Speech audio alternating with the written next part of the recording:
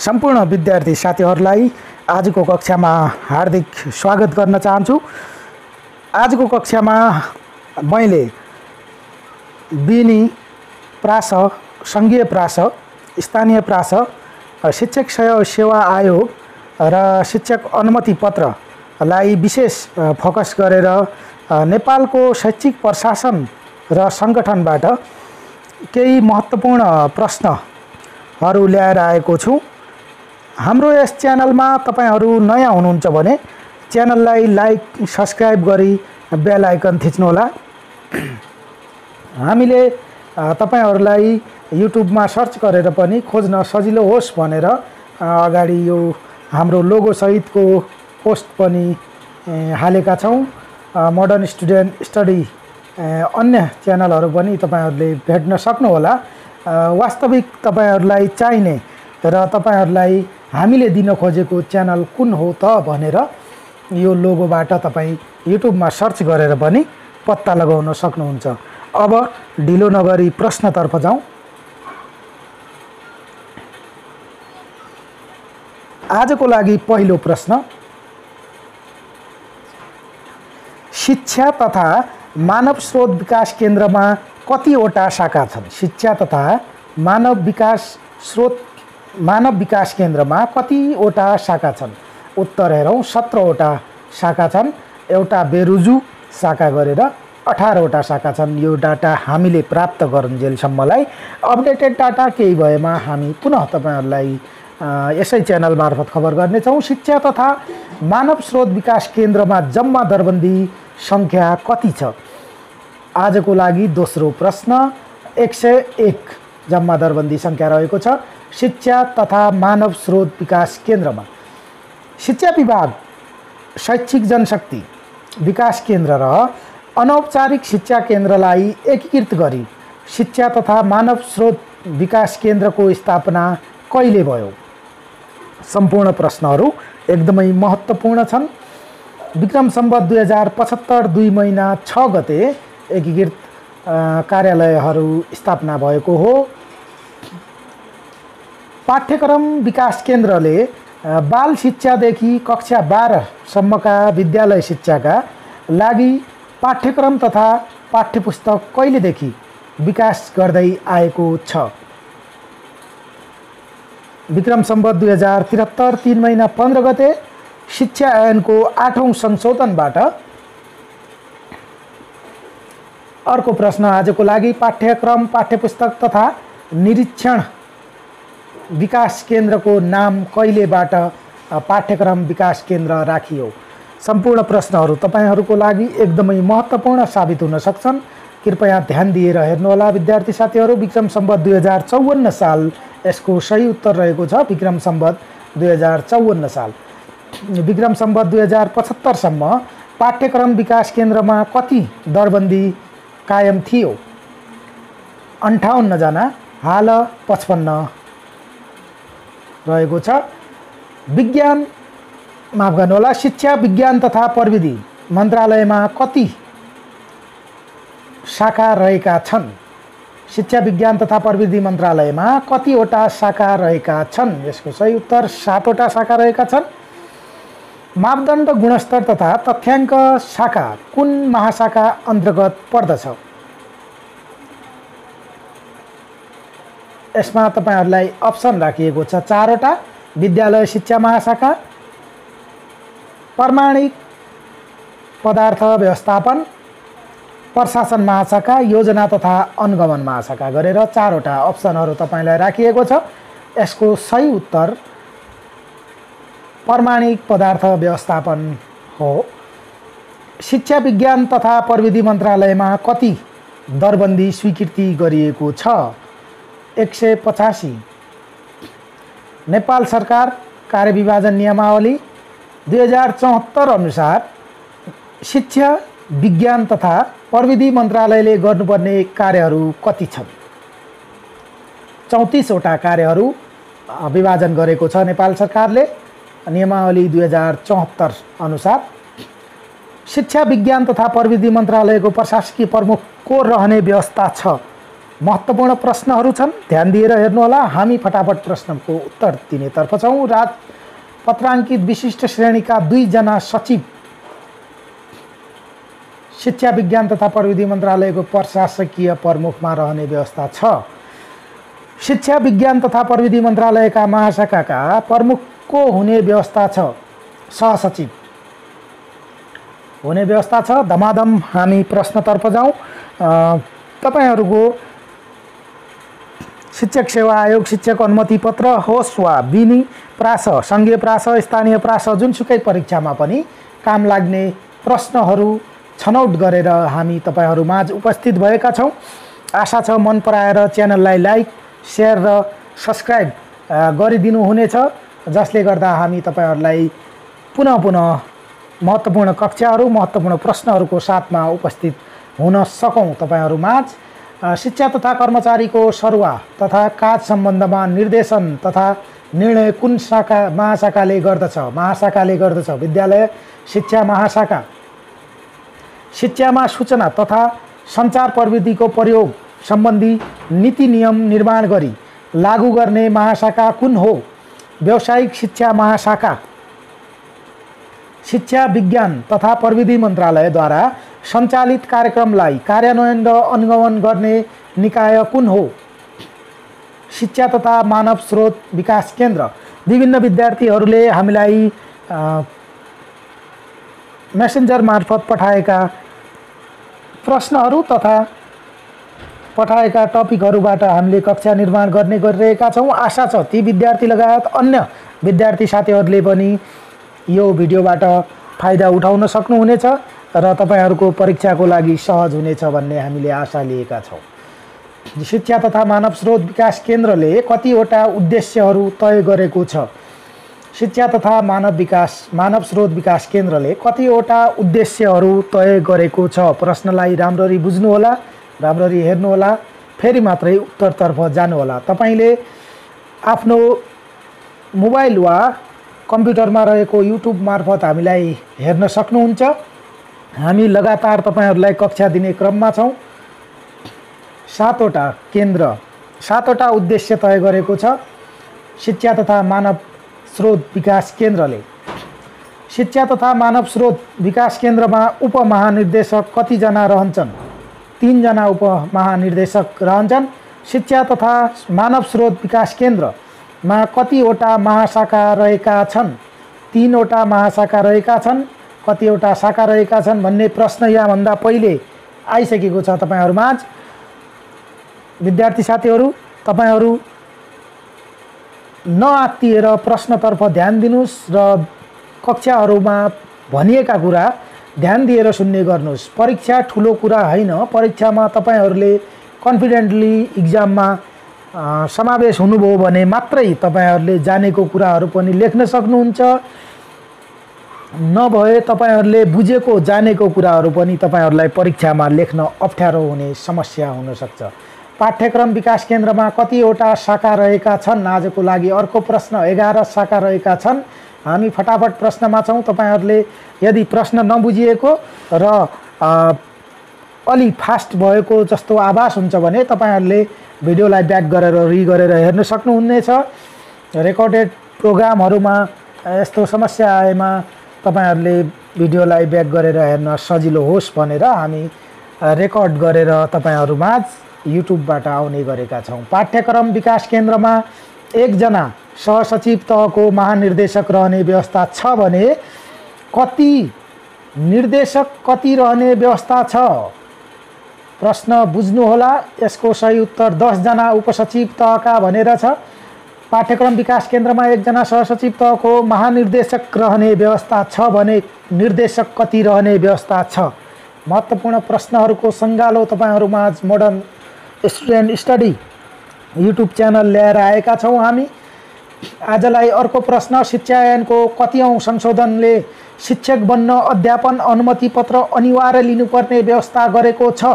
यदि तपाईहरू अध्यापन अनुमति पत्र लिने तर्खरमा हुनुहुन्छ भने पनि यी कुराहरू तपाईले थाहा पाउनुपर्छ र कुनै पनि शिक्षा सम्बन्धी लोकसेवा दिँदै हुनुहुन्छ भने पनि यी कुराहरू तपाईहरूको लागि महत्त्वपूर्ण नै हुन्। आजको लागि उत्तरतर्फ जाउँ। 7औं संशोधनले शिक्षा ऐनको शिक्षक बन्न अध्यापन अनुमति पत्र अनिवार्य व्यवस्था गरेको हो। विद्यालयमा शिक्षकको दरबन्दी स्वीकृत गर्ने स्थायी नियुक्ति गर्ने परिपाटीको सुरुवात कहिले भएको हो? सुरुवात विक्रम सम्वत 2028 सालमा भएको हो। सुरुमा जिल्ला शिक्षा सेवा आयोगबाट सुरुवात भएको हो। विभिन्न साथीहरूको कमेन्टहरूको पनि हामी बीचबीचमा रिप्लाई गर्ने गरेका छौँ भिडियो मार्फत।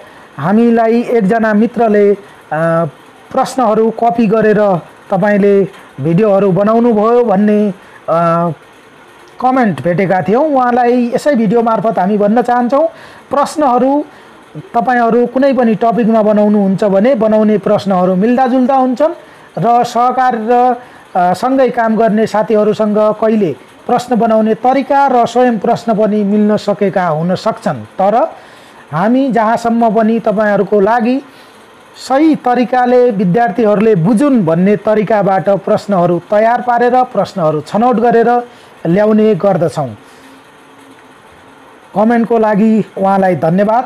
आजको लागि अर्को प्रश्न, राष्ट्रिय स्तरमा एउटा शिक्षक सेवा आयोग गठन गर्नुपर्ने सुझाव सर्वप्रथम कुन आयोगले दिएको हो? उच्च स्तरीय राष्ट्रिय शिक्षा आयोग 2055 ले दिएको हो।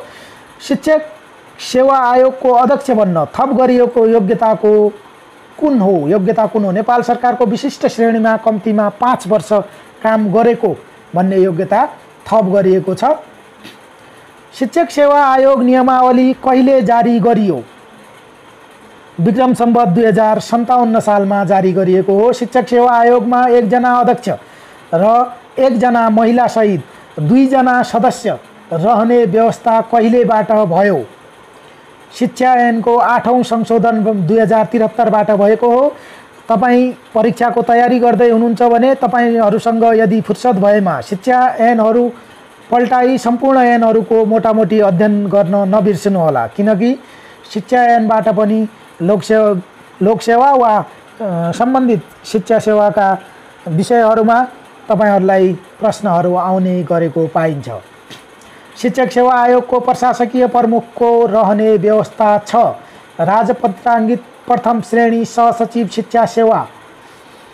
शिक्षक सेवा आयोगको सचिवालयमा जम्मा कति जनाको दरबन्दी रहेको छ? शिक्षक सेवा आयोगको सचिवालय विभिन्न स्थानमा दरबन्दी तोकिएको हुन्छ, बढ्ने घट्ने क्रम पनि जारी हुन्छ। तपाईहरुले बुझेर मात्रै आफू तय गर्नुहोला कि कति परीक्षामा लेख्ने भनेर। अहिलेलाई उत्तरतर्फ जाउँ। 40 जना 2075 3 महिना 3 भन्दा पहिले 3 महिना 3 गते भन्दा पहिले 34 जना दरबन्दी रहेको थियो। विभिन्न समयमा यी दरबन्दीहरू थप गरिएका हुन्छन् कामको चाप अनुसार। तपाईहरुले संशोधन भएका कुराहरू पनि विभिन्न शिक्षा सम्बन्धी वेबसाइटहरूबाट हेर्न सक्नुहुन्छ। हामीले सकभर अपडेटेड कुराहरूलाई राख्ने गरेका छौँ। कहिले कुनै गल्ती हुन गएमा पनि तपाईहरुको कमेन्ट मार्फत हामी त्यो सम्बन्धित विषयमा खोजी गरेर तपाईहरुमाझ पुर्याउने गर्ने नै छौँ। विद्यालय शिक्षक किताबखानाको स्थापना कहिले भएको हो? विद्यालय शिक्षक किताबखानाको स्थापना कहिले भएको हो? महत्त्वपूर्ण प्रश्न। तपाईहरुमाझ विक्रम सम्वत 2054 सालमा विद्यालय शिक्षक किताबखानाको स्थापना भएको हो। राष्ट्र सेवक किताबखानालाई संघीय मामिला तथा सामान्य प्रशासन मन्त्रालय अन्तर्गत केन्द्रीय निकायको रूपमा कहिले स्थापना गरियो? विक्रम सम्वत 2075 सालमा। कुनै प्रश्नहरू तपाईहरुले यहाँ प्रिन्ट मिस्टेक वा टाइप मिस्टेक भएको हुन सक्छ। तपाईहरुले हामीले भनेको कुरा पनि सुन्नुहोला। सकभर हामीले बुझ्ने भाषामा तपाईहरुलाई सम्झाउने प्रयास गरिरहेका छौँ। राष्ट्र सेवक किताबखानालाई संघीय मामिला तथा सामान्य प्रशासन मन्त्रालय अन्तर्गत केन्द्रीय निकायको रूपमा कहिले स्थापना गरियो? कहिले स्थापना गरियो? विक्रम सम्वत 2075 सालमा स्थापना गरिएको पाइन्छ। साथीहरू, तपाईको माया ममताले हामी विभिन्न कक्षाहरू तपाईहरुमाझ पुर्याउन समर्थ भइरहेका छौँ। यदि तपाईहरु हाम्रो च्यानलमा नयाँ जोडिनु भएको छ भने च्यानललाई लाइक सब्स्क्राइब गरेर बेल आइकन थिच्न नबिर्सनु होला, किनभने तपाईहरुको नोटिफिकेसन मार्फत नयाँ कक्षा आएमा तपाईहरुलाई जानकारी गराउन हामीलाई सजिलो हुने र तपाईहरुलाई पनि नयाँ कक्षा पाउन सजिलो हुने भएको हुँदा तपाईहरुलाई बेल आइकन थिच्न र सब्स्क्राइब गर्न जरुरी पनि देखिन्छ। अहिले ढिलो नगरी उत्तरतर्फ जाउँ।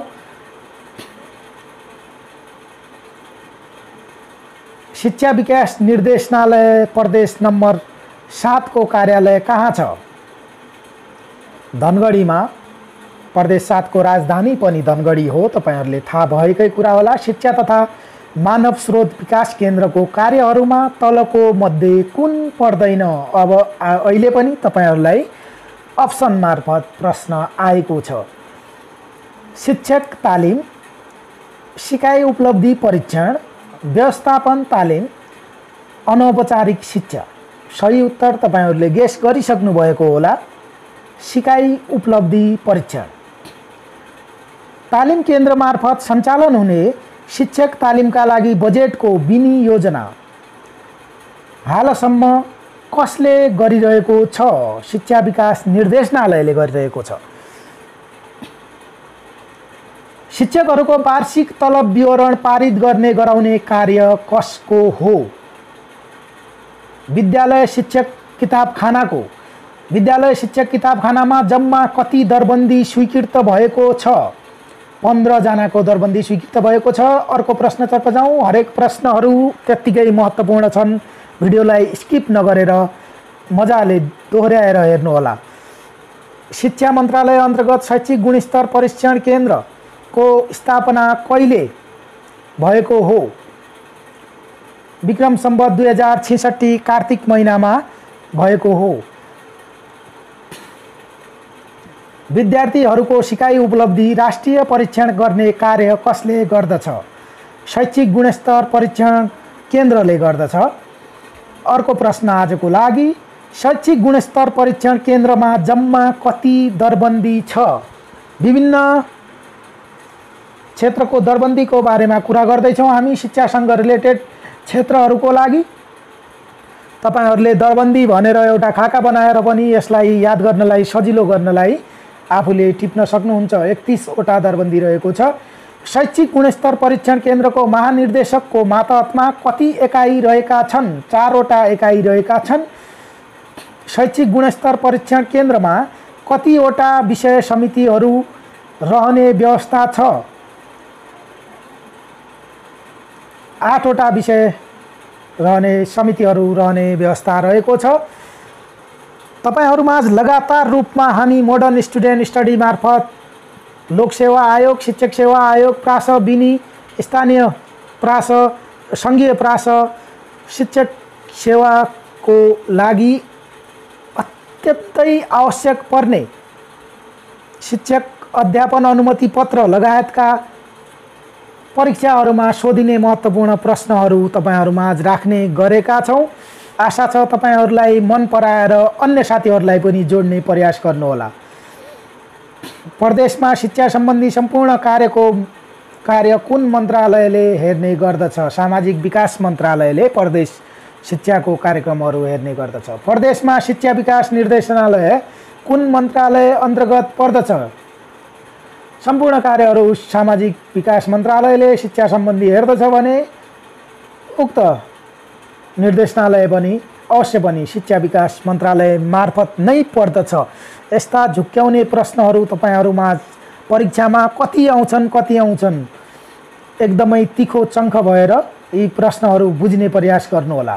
प्रत्येक शिक्षा विकास निर्देशनालयमा कति दरबन्दी वितरण गरिएको छ? प्रत्येक शिक्षा विकास निर्देशनालयमा 35 जनाको दरबन्दी वितरण गरिएको छ। प्रदेश शिक्षा तालिम केन्द्रमा जम्मा कति जना दरबन्दी स्वीकृत छन्? कति दरबन्दी स्वीकृत छन्? 17। जिल्ला शिक्षा विकास तथा समन्वय एकाइ कुन कार्यालय अन्तर्गत पर्दछ? जिल्ला प्रशासन कार्यालय अन्तर्गत पर्दछ। शिक्षा विकास तथा समन्वय एकाइहरूलाई कति समूहमा विभाजन गरिएको छ? 4 समूहमा विभाजन गरिएको छ, क, ख, ग र घ गरेर। शिक्षा विकास तथा समन्वय एकाइहरूलाई 4 समूहमा विभाजन के का आधारमा गरिएको हो? विद्यालय सङ्ख्याको आधारमा विभाजन गरिएको छ। साथीहरू, सम्पूर्ण प्रश्नहरू महत्त्वपूर्ण छन् भन्ने कुरो तपाईहरूलाई प्रश्नहरू हेरेर नै थाहा भइसकेको होला।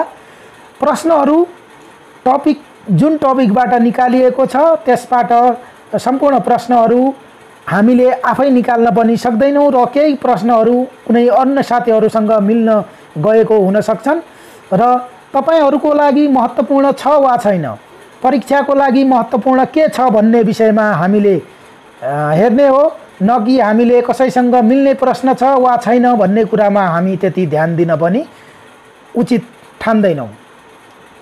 यसको सही उत्तर रहेको छ शिक्षा ऐन 8औं संशोधन 2073 3 महिना 15 गते।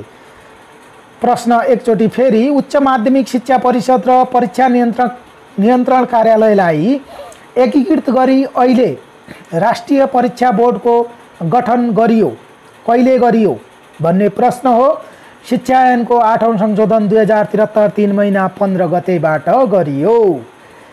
माध्यमिक शिक्षा परीक्षा कक्षा 10 र माध्यमिक शिक्षा उत्तीर्ण परीक्षा कक्षा 12 भनी नामाकरण कहिले गरियो? यो पनि विक्रम सम्वत 2073 7 महिना 18 गते शिक्षा मन्त्रालय मार्फत गरिएको पाइन्छ। राष्ट्रिय परीक्षा बोर्डमा हाल कति महाशाखा र शाखा रहेका छन्? 5 महाशाखा र 11 शाखा रहेका छन्। आज तपाईहरूको हामीले प्रश्नहरू दिने क्रममा नेपालको शैक्षिक प्रशासन र सङ्गठनबाट हामीले प्रश्नहरू निकालेका हौँ। आशा छ तपाईहरूलाई यी प्रश्नहरूले परीक्षामा सहयोग गर्ने नै छ। राष्ट्रिय परीक्षा बोर्ड कति सदस्यीय गठन हुन्छ? 11 सदस्यीय हुन्छ। अध्यक्षको नियुक्ति नेपाल सरकारले गर्दछ। एसई परीक्षा दिने विद्यार्थीलाई सहयोग पुर्याउन रेडियो, टेलिभिजन र युट्युब च्यानल कुन निकायले एसई सहयोग कार्यक्रम सञ्चालन गरेको छ? शिक्षा तथा मानव सेवा विकास केन्द्रले सहयोग गरेको छ। एसई परीक्षाको लागि विशिष्टीकरण तालिका र नमुना प्रश्नपत्र कसले निर्माण गर्दछ? पाठ्यक्रम विकास केन्द्रले निर्माण गर्दछ। तपाईहरूले हामीलाई अहिलेसम्म सुनेर वा हेरेर प्रत्यक्ष अप्रत्यक्ष रूपमा साथ दिनुभएकोमा हामी फेरि धन्यवाद दिन चाहन्छौँ। साथीहरू, हामी तपाईहरूको लागि आउँदा दिनहरूमा पनि लगातार रूपमा नयाँ प्रश्नहरू सहित कक्षाहरू ल्याउने नै छौँ। तपाईहरूले पनि हामीलाई सम्झिँदै, हामीलाई माया गर्दै आफ्नो साथीहरूलाई पनि यी च्यानलहरूमा जोड्ने प्रयास गर्नुहोला। सेयर गरेर र सब्स्क्राइब गरेर तपाईहरूले हामीलाई सहयोग पुर्याउनु हुनेछ भन्ने आशा गरेका छौँ। हस्त, धन्यवाद।